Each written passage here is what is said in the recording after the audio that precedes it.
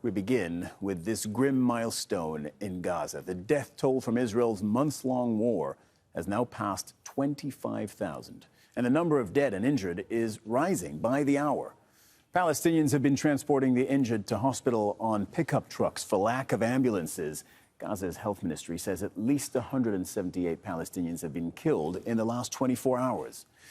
In the south, Palestinian fighters have been confronting the Israeli military near Nasser Hospital in Khan Yunis. Israeli attacks there have killed at least 14 Palestinians since Saturday. Also, the UN Secretary-General has criticized Israel's prime minister for his rejection of a Palestinian state. He was speaking at a meeting of the G77 group of nations in the capital of Uganda, Kampala. The repeated refusal yesterday to accept the two-state solutions for Israeli and Palestinians is totally unacceptable, as I told the summit of the non-aligned movement. The denial of the right to statehood for the Palestinian people would indefinitely prolong a conflict that has become a major threat to global peace and security, exacerbate polarization, and embolden extremists everywhere. Al Jazeera's Dorsa Jabbari is at that summit in Kampala. Dorsa, you are with Mr. Guterres, the United Nations Secretary-General. Yes, I am now joined here live by the Secretary-General. Thank you for speaking to Al Jazeera. I want to start with these two summits that have been going on here in Uganda. What has been your reaction to the response that these nations have given to the ongoing war in Gaza and the strong words that have come from these countries in response to the Israeli bombardment of Gaza? I think that these summits represent the strong commotion of the global south in relation to the levels of death and destruction we are witnessing in Gaza. I have condemned the terror attacks of Hamas, but I have to say that the level of civilian casualties that we are witnessing in Gaza today is unprecedented in relation to any other conflict since I am Secretary-General.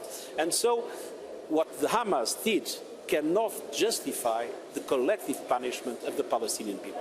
What is the solution if your calls for dialogue with the Israeli Prime Minister, Benjamin Netanyahu, are not being heard?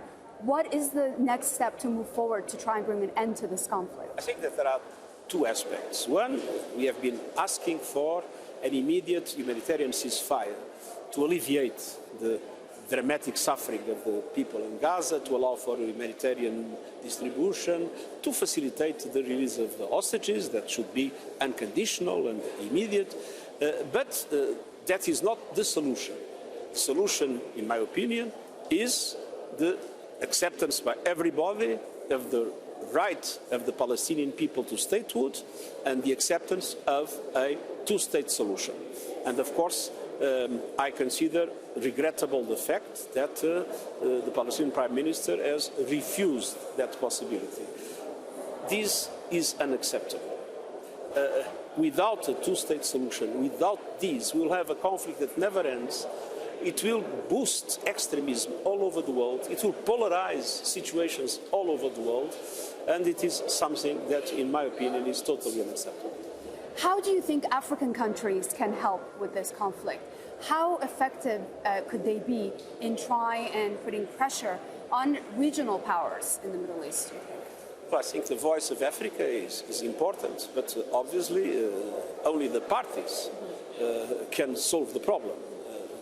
The voice of Africa, the voice of all those that claim for the need of a humanitarian ceasefire, that claim for the two-state solution, are very important, but it's essential that that becomes a reality.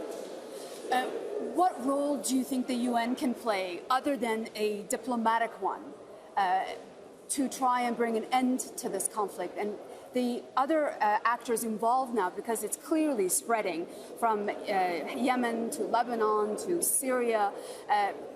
What are your concerns and what are you prepared to do to try and prevent it from spreading? No, we are very active diplomatically, particularly worried with the possibility of an explosion in the West Bank.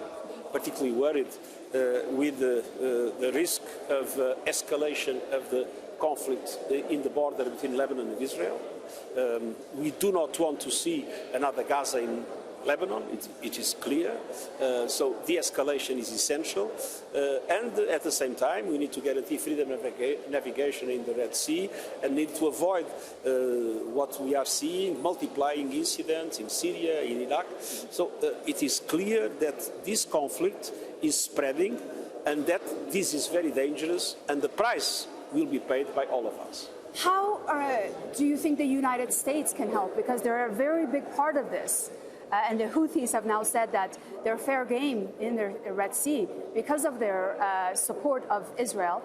How do you think the United States can be persuaded, at least the Biden administration, to step back a little bit from their full-fledged support of Israel? I think it's very important. I recognize that the United States have been very active in pushing for a more effective humanitarian aid and stressing the need of a two-state solution.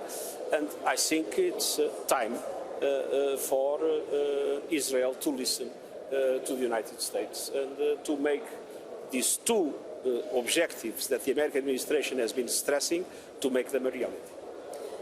UN Secretary-General Antonio Guterres, thank you so much for speaking to us on Al Jazeera.